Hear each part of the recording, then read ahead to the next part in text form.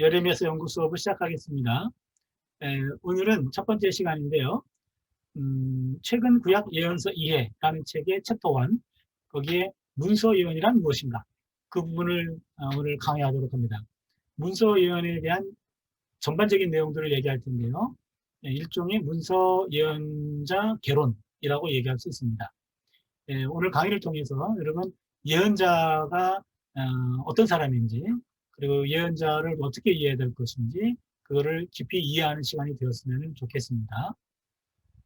우리가 지금 그 2시간 강의에 여기를 챕터를 끝내야 되기 때문에 조금 속도를 낼게요. 보세요. 문서 예언서 이해 결론입니다. 문서 예언서 이해고, 고전적 예언이란 말이 나왔는데, 이 고전적 예언이라는 말은 독일 말로, 이 글은요, 제 글이 아니고 번역입니다. 독일 말로 나온 책을 번역한 겁니다. 그래서 말투가 별로 안 좋아요. 제가 지금 이거 개정판을 내려고 그러는데 번역을 더 새로 하고 있어요. 더 좋은 책으로 나올 겁니다. 이거는 옛날에 내가 철없고 몰랐고 무식했던 시절에 거칠게 번역한 겁니다. 지금은 많이 성숙해져서 이제는 더 깔끔한 번역이 나올 거예요. 지금 고치는 중입니다. 고정적 예언이란 클래시시 프로페티 해가지고 영어로 표현하면 클래식 프로페시예요. 클래식. 요게 고전 예언입니다. 고전 예언이라는 말과 writing prophet, 문서 예언이라는 말하고는 같은 말입니다. 문서 예언. 문서 예언이라는 말은 그 예언자가 선포한 말씀이 문서로 모아진 것, 그게 문서 예언입니다.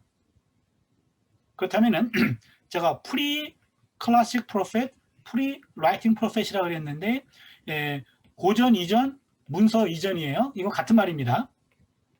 예를 들면 분명히 예언자인데 그 예언자가 선포한 말이 그 사람의 이름으로 묶이지 않은 책들이 있어요. 묶이지 않은 예언자가 있어요. 누가 있죠? 엘리야, 엘리사, 나단, 갓, 이런 사람들. 그러니까 문서 예언자 이전의 예언자들입니다. 그런 사람들을 고전 이전이라고 표현해요. 여러분 잘 들으세요. 문서 예언과 고전 예언은 같은 거예요. 어떤 구약학자는 문서 예언은 문서로 만든 예언자, 문서를 남긴 예언자고 그 이전의 예언자들은 고전 예언이다. 이런 식으로 이해하는 구약학자도 내가 봤어요. 그거는 그 사람이 그 부분을 잘못 이해한 겁니다. 이거는 같은 말입니다. 됐나요? 예. 그 다음에 고전적 예언이란 문학적 기준으로 따르면 후기 예언입니다. 후기 예언이라는 말은 히브리어 성경은 토라, 느비임, 케투 등으로 나눠져 있죠. 토라는 오경, 느비임은 예언서, 케투빔은 성문서. 그런데 요 느비임에 이게 전기 느비임이 있고 후기 느비임이 있죠. 그렇죠? 전기 느비임은 여호수아, 사사기, 사무엘상하, 열왕기상하 이 내용이고, 후기 예언은 대소가 있습니다. 그렇죠? 대는 여러분 알고 있듯이 이사야, 에레미야, 에스겔. 그 다음에 소는 12권. 그렇게 되면 고전적 예언이란 여기 후기 예언에 해당하는 겁니다. 됐습니까? 네. 그 다음에 후기 예언에서 지금 뒤쪽 경계는 묵시문학이고, 묵시문학이라고 하는 것은 성경으로 말하면 구약은 다니엘서예요. 이건 묵시문학이 되고, 그 다음에 고전적 예언에서 이사야서에서 말라기까지 이르는 것이 다 후기 예언인데, 후기 예언서에 속한 모든 본문이 다 고전 예언에 속하는 건 아니고 고전 이전 예언 전승이 이 안에 들어온 게 있습니다. 예를 들면 열왕기하 18장, 20장은 이사야 36, 39장과 내용이 거의 같아요. 그래서 열왕기 내용이 일로 들어온 겁니다. 그래서 전기 예언서가 후기 예언서로 들어온 겁니다. 그 다음에 후기 예언서 안에 또 빠지는 게 요나 이야기. 요나 이야기는 소설적인 형태로 되어 있습니다. 그 다음에 초기 형태의 묵시문학적 단편들이 고전적 예언에 들어와 있습니다. 그게 이사야 24, 27, 그 다음에 요엘, 스가랴 12, 14 이런 거는 묵시문학이라고 표현합니다. 됐죠? 그러면은 고전적 예언이란 문학적 형태로 말하면은 후기 예언서에 속한 거다. 근데 후기 예언서에 속한 것이 다 고전적 예언은 아니다. 이 안에 앞에 있는 것들 이사야 36, 39장은 빠진다. 요나서 빠진다. 그 다음에 이후에 나타날 요런 묵시문학도 빠진다. 이걸 다 빼고 난 것이 고전적 예언이에요. 됐습니까? 그러니까 후기 예언이 고전적 예언보다 더 큰 겁니다. 그 다음에 연대적 기준. 연대적 기준은 8세기에서 5세기로 한정됩니다. 그래서 아모스, 호세아, 이사야, 미가 지금 8세기 예언자들이고 주로 좁은 의미에서 이 고전적 예언이라고 말할 수 있어요. 문서 예언의 출발이라고 할 수 있습니다. 그리고는요. 나훔, 하박국, 스바냐 587년에 예루살렘이 멸망할 때까지 사역했던 예레미야 요 4명을 7세기 예언이라고 표현합니다. 그리고 나라가 멸망하고 난 다음에 예루살렘에서 활동한 예언자가 오바댜, 바벨론 포로지로 끌려갔다가 사역한 사람이 에스겔, 그 다음에 포로지에서 귀환을 앞두고 활동한 예언자가 제이사야, 갔다 와서는 스가랴, 학개, 말라기 이렇게 되는데요. 여러분 이 연대표를 제가 수정했습니다. 이거는 여러분이 좀 찍어두세요. 아직 책으로 내기 전이에요. 여러분이 그 전에 갖고 있었던 것하고는 달라요. 요거하고 요거를 제가 첨부했습니다. 보시면은요. 지금 아까 아모스, 호세아, 이사야, 미가 이렇게 구분했고 요 아모스, 호세아는 북왕국이고 나머지는 남왕국입니다. 그 다음에 나훔, 하박국, 스바냐, 예레미야 여기인데 우리 순서로는 나훔, 하박국, 스바냐인데 제가 연대순으로 배열했어요. 나훔 650, 스바냐 630, 예레미야 627에서 585, 그 다음에 하박국 600년경. 이 사람들은 7세기 예언입니다.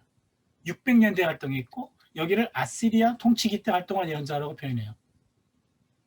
그 다음에 여기서는 아시리아에 의한 멸망, 여기는 바벨론에 의한 멸망, 페르시아에 의한 멸망, 그 다음에는 알렉산더에 의한 멸망 이렇게 돼 있어서 여기는 아시리아, 바벨로니아, 페르시아 통치기, 그리스 통치기. 그리스와 헬라라는 말은 같은 말이에요. 그 다음에 나중에 로마 등장. 그래서 로마 통치기. 그러면 여기부터 계속해서 식민지 역사입니다. 그리고는요. 하나 우리가 기억할 것이 에스겔, 오바댜, 제이사야인데 이 제이사야는 이사야 40장에서 55장을 말합니다. 여기 제3이사야는 이사야 56장에서 66장. 그래서 이사야라는 예언자가 지금 여기부터 제2사야, 제3이사야 해가지고 이게 몇 년이냐면은 약 200년 이상 200년 이상 영향력을 행사한 게 이사야 예언자입니다. 그래서 이사야서는 66권인데 이게 모든 예언을 지금 요 아시리아 통치기, 바벨론 통치기, 페르시아 통치기까지 이 전체를 아우르는 게 이사야서예요. 그러나 우리가 공부하는 거는 여기입니다. 예레미야는. 됐습니까? 예, 요 연대표는 여러분이 따로 좀 찍어주세요. 됐고, 그 다음 내용적 기준인데 내용적 기준으로 이야기하면 한마디로 말하면 신탁수집물입니다. 신탁수집물은 이 말은 신탁. 한자가 어려운 분도 있을지 모르겠네. 하나님이 위탁한 말씀이에요. 신탁. 그래서 신탁을 수집물 모아놓은 겁니다. 하나님이 맡긴 말씀을 모아놓은 거. 잘 보시면 이야기체 요소는 드물어요. 이야기체 요소는 전기 예언에 많이 나옵니다. 전기 예언은 여호수아, 사사기, 사무엘상하, 열왕기상하. 거기에서는 이야기체로 나오는데 그게 고전 이전 예언은 이야기체, 그 다음에 묵시문학, 또 지금 그 예언문학 다음에 나오는 거죠. 묵시문학은 이야기체와 그 다음에 환상보고가 많이 나옵니다. 묵시문학은 환상이 아주 환상적으로 많이 나와요. 그 다음에 원래 묵시문학은 문학적 성격을 띠고 있습니다. 고전 예언서들은 원래 구두로 선포되었다가 나중에 문서화됩니다. 무슨 말이냐면 묵시문학은 처음부터 문서였어요. 예언문학은 처음에는 구두 선포였습니다. 그랬다가 나중에 문서로 모아집니다.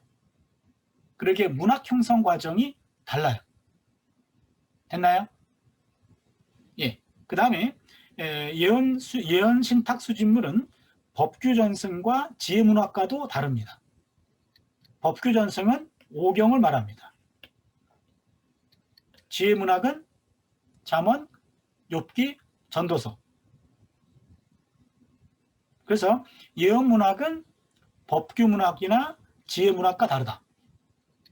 예언은 대체로 개인의 이름이 항상 수집물 시작 부분에 명확하게 제시되어 다양한 역사적인 인물에게서 비롯된 것임을 밝혀진다. 그래서 어느 왕 때 아무개 선지자에게 임한 말씀이니라 이래놓고 아무개 이름이 언급돼요. 그거는 예언문학입니다. 그에 반해 초기 시대부터 신명기를 통과하여 포로기후 시대의 대상적 단편에 이르기까지 요거는 D문서고 요거는 P문서예요. DP 나중에 얘기할게요. 율법의 말씀들은 다 원초적 권위를 모세에게 두고 있습니다. 이 말도 무슨 얘기냐면 원초적 권위라고 하는 말은 모세가 다 썼다는 말이 아니에요. 모세에게로 돌리고 있다 그 말이죠. 그러니까 모세에게 임한 말씀이라 라는 말은 극소수에 불과하고 후대에 나온 말임에도 불구하고 모세에 의한 것이라고 기록했다는 말입니다. 그 다음에 지혜문학도 솔로몬을 지혜의 원형으로 보고 있습니다. 그러니까 우리는 그냥 막연하게 잠언, 그 다음에 전도서, 그리고 아가 이거는 다 솔로몬의 것이다. 솔로몬이 쓴 거다. 이런 식으로 이해하는데 그거는 정확하게 표현하면 잘못된 표현입니다. 솔로몬이 쓴 것으로 그렇게 해석해 왔습니다. 나중에 얘기할게요. 그래서 이렇게 이해하시면 돼요. 성경의 저자는 정확히 누군지 모른다. 그러나 후대의 사람들은 그것을 오경은 다 모세에게서 비롯된 것으로 해석했고 지혜문학은 솔로몬에게서 온 것으로 해석했다. 그렇다면 율법과 그 다음에는 지혜문학은 정확한 저자의 개념이 아니에요. 그런데 예언문학은 저자가 언급되고 있다. 그 출처가 언급되고 있다. 인물이 언급된다 그 말입니다. 됐나요? 많은 사람들이 지금 이해를 못하고 있네. 김민희 이해하고 네. 있어요? 다시 한 번만 말씀해 주세요. 김민희 잘 따라오고 있냐고. 네, 따라가고 있긴 있어요. 어렵지 않아요? 어렵긴 해도 따라가 볼게요. 어려우면 안 되는데 제가 열심히 설명해 주고 있는데 어려우면 되나? 예, 그 다음에는요. 아까 말씀드린 거. 예, 지금 예언자들은 여기입니다. 일반적으로 적용될 수 있고 대부분 개인적인 의미를 가진 법률 규정과 지혜의 말들과는 달리 분명히 역사적인 기능을 가지고 있어요. 무슨 말이냐면 법률과 지혜문학은 언제 나온 건지 언급이 없습니다.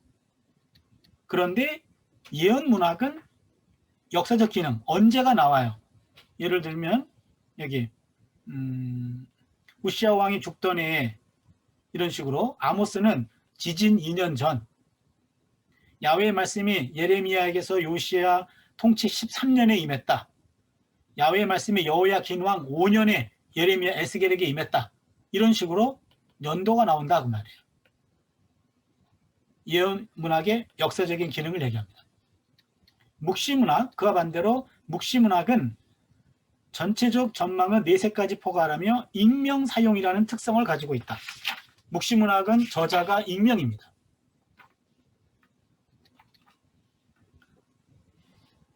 그 다음에 또 하나, 예언문학의 또 다른 특징은 이스라엘 전체를 향하고 있습니다. 실제로 그 당시 세계 역사적 상황 안에서 이스라엘을 다룬다는 사실에서 잘 나타나고 있다. 그래서 예언문학은 이스라엘 전체의 운명을 취급하고 있습니다.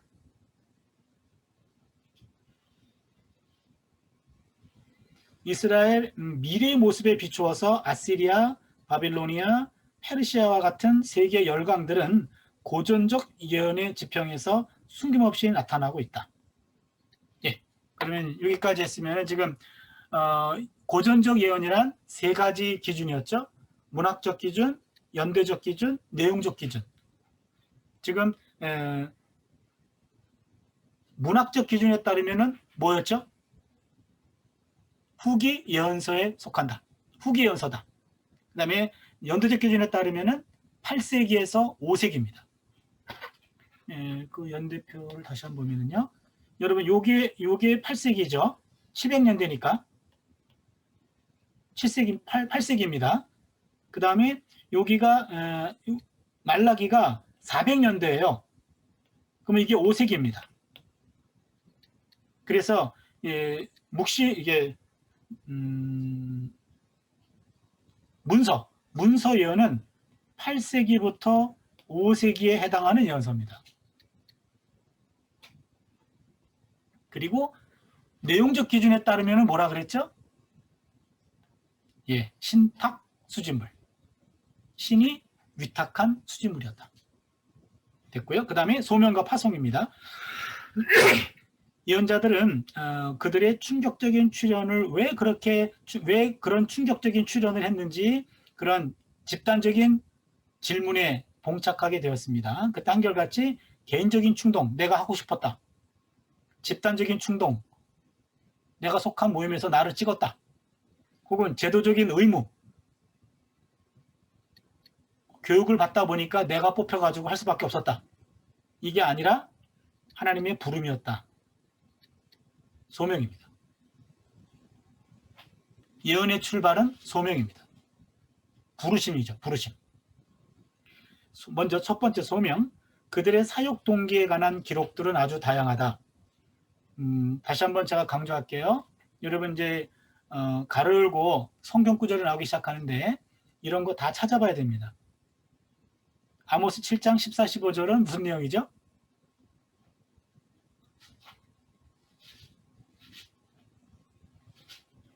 이제 찾아보는 거야? 예, 아모스와 아마샤의 대결. 아모스는 예언자고 아마샤는 제사장이었죠. 그래서 둘이 대결하는데 지금 아마샤는 북왕국의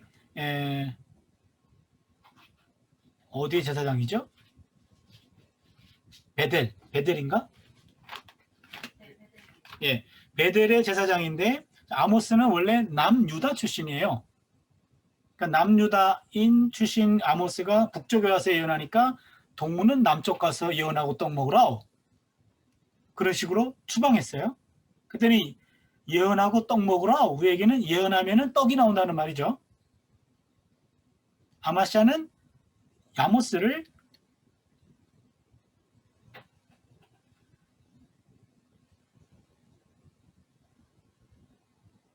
예언을 통해서 생활을 하는 그런 사람으로 이해했어요. 근데 예언 활동을 통해서 생활하는 건 맞거든요. 직업적인 예언자라는 얘기죠. 그런데 아모스가 하는 말이 7장 15절에서 나는 예언자가 아니요 예언자의 아들도 아니요 나는 뽕나무를 배양하는 자로서 양떼 뒤를 따를 때 주께서 나를 북이스라엘에 가라 명하셨다 하면서 나는 예언자가 아니요 라는 말이 나와요. 왜 그럼 그 일을 하느냐? 하나님이 나를 불렀어 그 말이죠. 그게 소명에 관한 얘기입니다. 이사야 6장도 우시아 왕 죽던 해 우시아 왕 죽던 해에 내가 본즉 주께서 높이 들리는 보좌에 앉으셨는데 그 옷자락은 성전에 가득하였고 그 서랍들은 주변에 모셨었는데 둘로는 얼굴을 가리우고 둘로는 날개를 발을 가리우고 둘로는 날며 창화에 가로되 거룩하다 거룩하다 거룩하다 그 내용이요. 이사야 소명기사, 예레미야 1장 소명기사, 에스겔 13장 소명기사, 이사야 40장 28절 소명기사예요. 그래서 여러분들이 이 책을 읽을 때 이 구절들을 다 찾아서 읽어봐야 이 책을 제대로 읽은 겁니다. 본문을 다 찾으면서 읽었습니다 라고 정직하게 한번 누가 손 한번 들어봐 주세요. 다 알피하느라고 바빴죠? 예. 그러니까 여러분은 지금 근근히 따라가느라고 바쁜 거예요. 근데 여러분들이 공부하는 중에 신약학하고 구약학은 반드시 성경을 아는 것이 주 목적이다라는 것을 기억하세요. 그래서 수업을 따라가면서 내가 배워야 될 것, 기억해야 될 것은 이 저자의 말이 아니고 차준희의 말이 아니고 저자나 차준희가 풀이해준 성경이에요. 그러면 성경을 찾아서 그 성경을 읽어봐야 됩니다. 전체적인 내용을. 그럼 이게 다 사역 동기에 관한 내용이구나. 그러면서 이 본문을 이해하게 되는 거죠. 됐나요? 예. 그래서 구약을 공부할 때는요. 항상 주변에 그 액세서리가 많이 필요해요. 책이 있고 성경이 필요해요. 성경에다가 또 줄을 쳐야 돼. 뭘 또 적어야 돼. 그러면 필기도구 여러 개가 필요해. 그리고 조금 더 공부를 열심히 하는 사람들은 이제 옆에다가 히브리어 성경이나 이런 걸 펴놓고 봐요. 그러다 보면은 또 히브리어를 이해 못하니까 히브리어 사전을 또 봐야 돼. 히브리어 사전이 또 영어로 나온 거라 영어 사전도 필요해. 그러면은 공개된 도서관에서 공부할 때 구약학도들이나 특별히 구약학도들은 책상이 쫙 책으로 깔려 있어요. 여러분의 말로 뽀대가 나요. 뭐 굉장한 걸 연구하는 것 같아.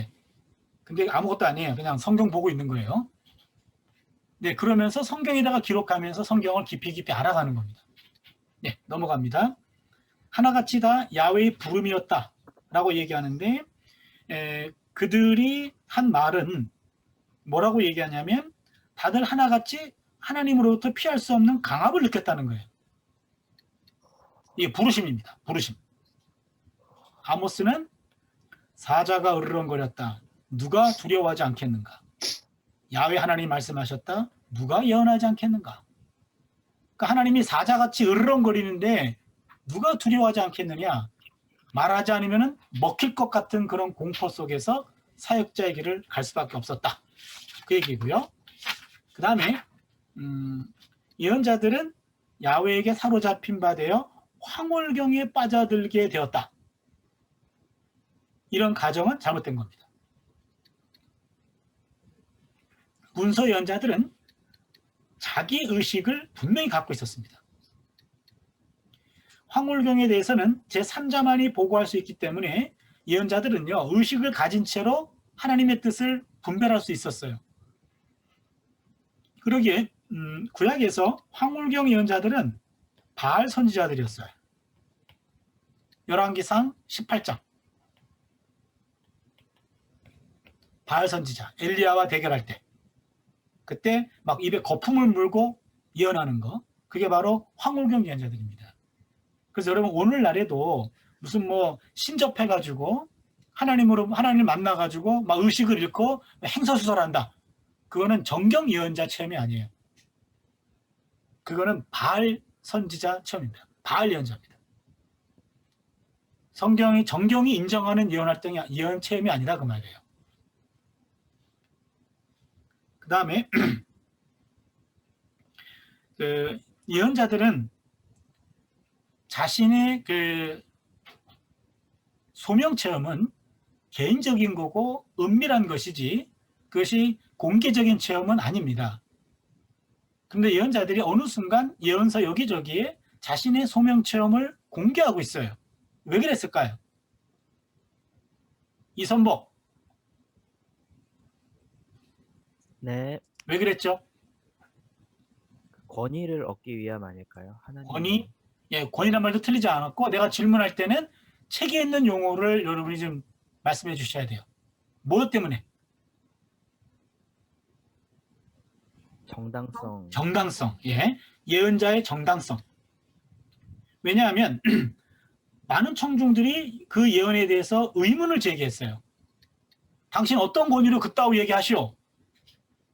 그랬을 때 사실은 이게 내 말이 아니고 바로 하나님이 내게 이 말씀을 주셨습니다. 내가 말 안 하려고 했는데 그렇게 질문할 건 내가 말을 안 할 수가 없네요. 하면서 자기의 개인적인 체험을 공개하는 겁니다. 그게 소명기사의 의도예요. 됐죠? 예. 그 다음에 직업인데 오현명?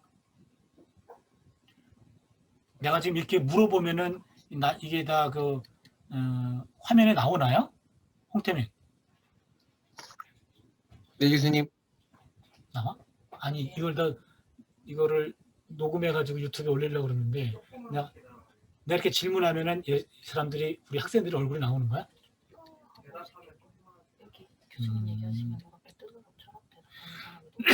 우리가 4주 정도는 제가 일방적으로 강의를 하잖아요.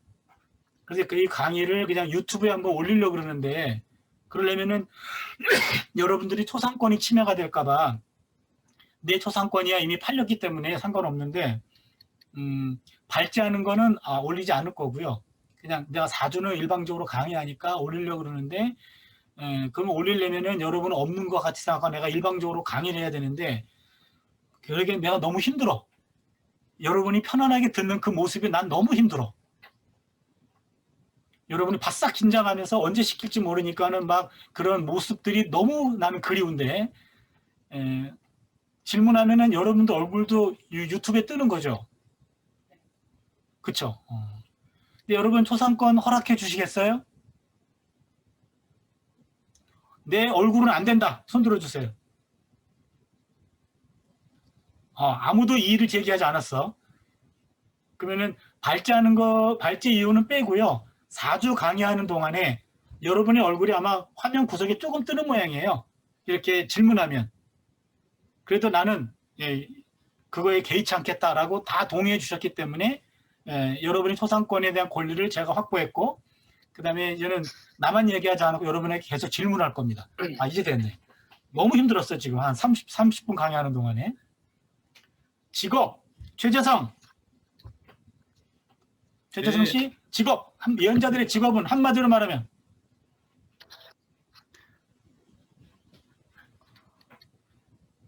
예? 이 전체에서 예언자들의 직업은 한마디로 말하면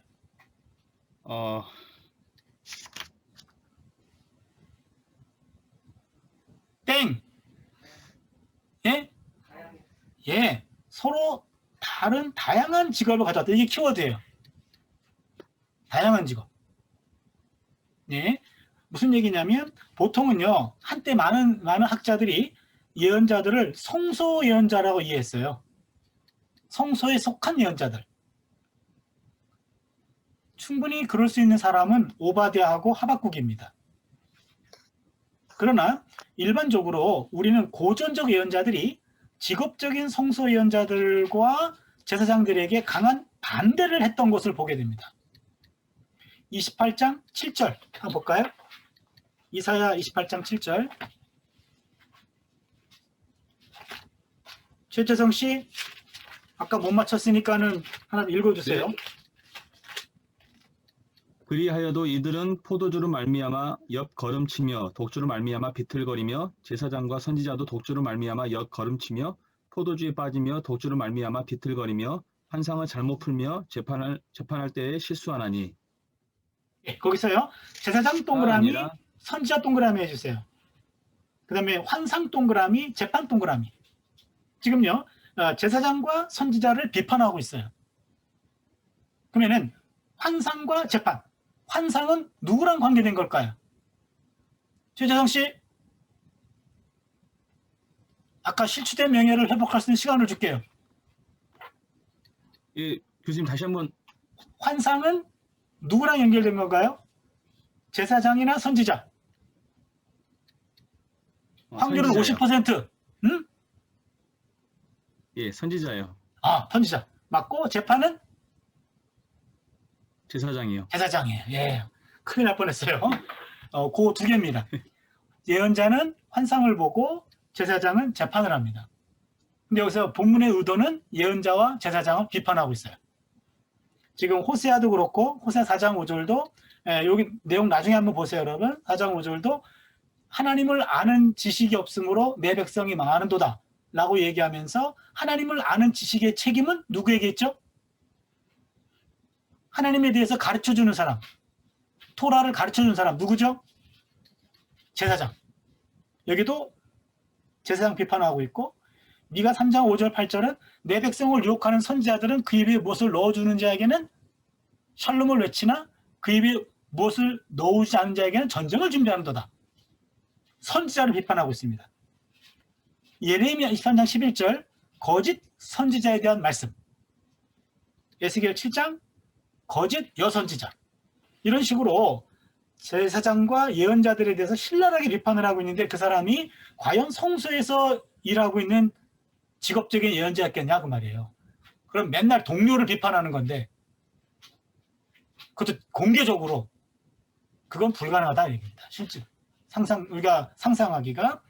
아모스도 마찬가지고 아모스는 농부, 예레미야와 에스겔은 제사장 가문 출신, 이사야는 지혜교사 중에 하나, 이가는 모레셋의 농부였으며 아마 그 동네의 장로였을 것이다.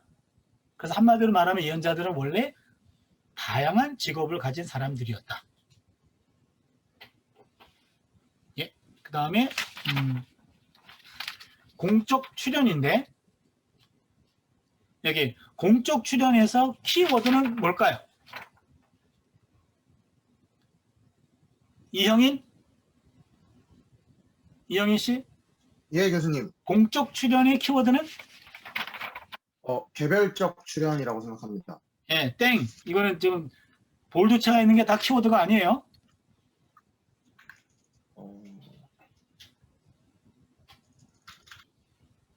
그 다음 문단. 공적 출연의 키워드는? 상징 행동? 예, 말이 톤이 상당히 낮아졌어. 상징 행동 네. 맞아요. 상징 행동. 예, 보세요. 공적 출연인데 예언자들은 일반적으로 개별적으로 출연한다. 이런 개별화는 놀랍게도 심리적 기질에 예속되어 있지는 않다. 그 다음에 심지어 고전적 예언자들은 본질적으로 그들이 선포한 주제에 대한 관계에서만 상호간에 연결되며 서로 간에 사적이거나 조직적인 종류의 연관성은 거의 없다. 근데 그들은 대중적인 출연에서 상징 행동을 보여주고 있다.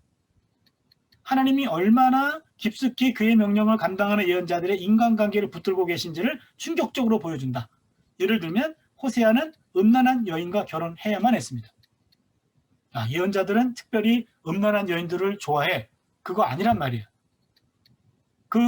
공개적으로 다 알려진 그런 대표적인 음란한 여인과 호세아는 결혼해야만 했어요. 그것이 상징 행동입니다. 그 행동에 메시지가 담겨 있는 거죠. 예레미야는 결혼을 금지당했고 아내와 함께 자녀를 포기해야만 했습니다. 우리 16장 나중에 다루나요? 16장. 네. 16장 다루네요. 그때 얘기할게요. 예, 아내가 없고 자녀가 없는 것은 어떤 의미가 있는가? 이것도 메시지가 있습니다. 에스겔은 아내의 죽음에 대해서 눈물 한 방울 흘릴 수 없었습니다. 그 다음에 지금 이사야 같은 경우는 3년 동안 완전히 벗은 채로 다녔습니다. 왜 그랬을까요? 박재영. 이사야가 3년 동안 벌거벗은 몸이었다. 어떤 의미가 있을까요? 이제 이스라엘이 하나님 앞에서 음. 이렇게 그렇다. 박재영 회개하세요. 이사야 20장 한번 봐주세요. 그럼 이사야 20장. 이사야 20장 1절에서 4절까지. 박재영 성경 있죠? 박재영 씨 성경 있죠? 찾고 있습니다. 찾고 있습니다. 이사야 20장 1절에서 4절까지 한번 읽어주세요.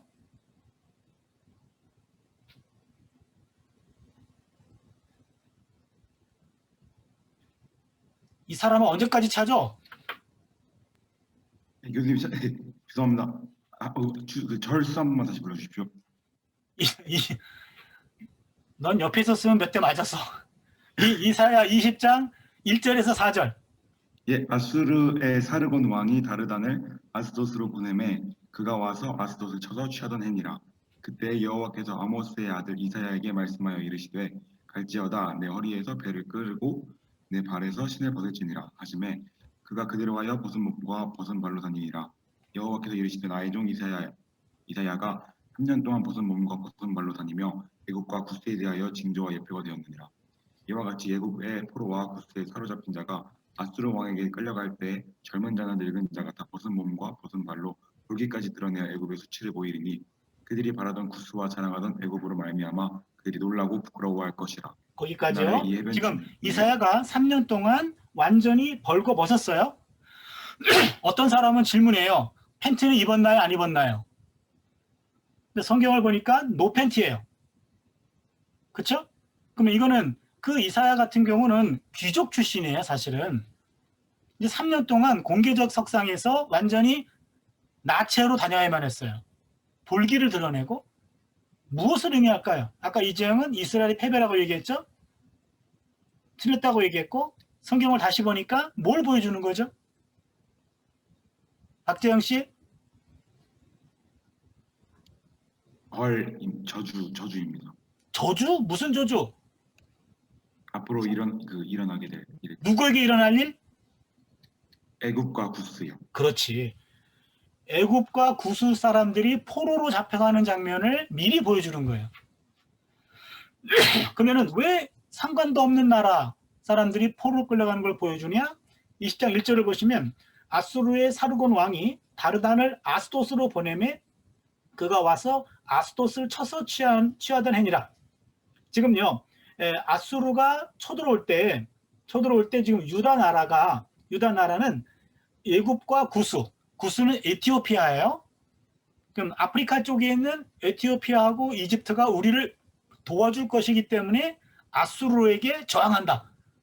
이런 결정을 했는데 이사야가 하는 말은 야, 이집트하고 에티오피아 사람들도 아수르의 포로로 잡혀가.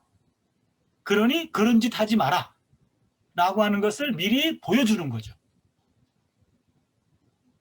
근데 그 메시지 하나 때문에 어떻게 3년 동안 벗고 다녀? 저 같으면 예언을 안 하고 말죠. 그죠? 그러나 이거는 국가의 운명이 담긴 일이었기 때문에 이런 식으로 행동했다고 말입니다.